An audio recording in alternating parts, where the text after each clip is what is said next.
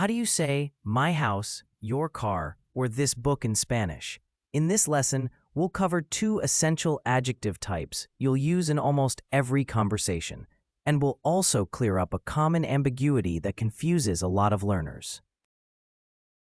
Hi, I'm Andres. Welcome back to our Spanish Grammar for Beginners A1, A2 course. This is Lesson 8.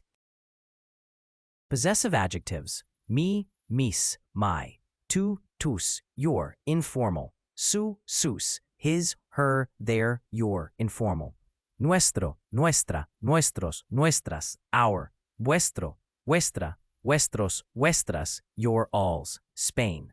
Notice that mi, tu, and su only change for plural, adding s, but nuestro and vuestro change for both gender and number, since they end in o, just like regular adjectives.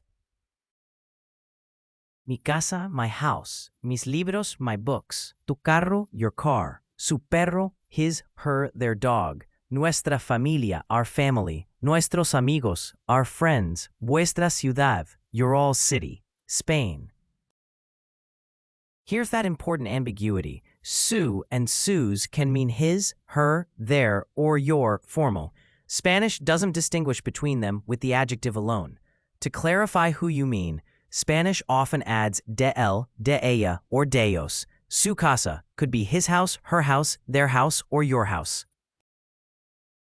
La casa de él, his house, specifically. La casa de ella, her house, specifically. La casa de ellos, their house, specifically. You'll mostly rely on context to understand su, and only add the clarifying phrase when the context isn't clear enough. Demonstrative adjectives: este, esta, estos, estas; this or these, close to the speaker; ese, esa, esos, esas; that or those, a bit farther away, often close to the listener; aquel, aquella, aquellos, aquellas; that or those, far away from both speaker and listener. These all change for gender and number, just like regular adjectives.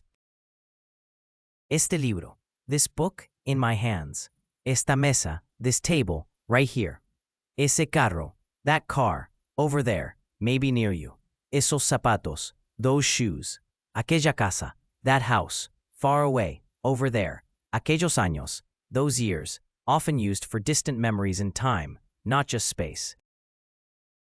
A common mistake is using only este and ese and forgetting aquel exists, since English only really has this and that.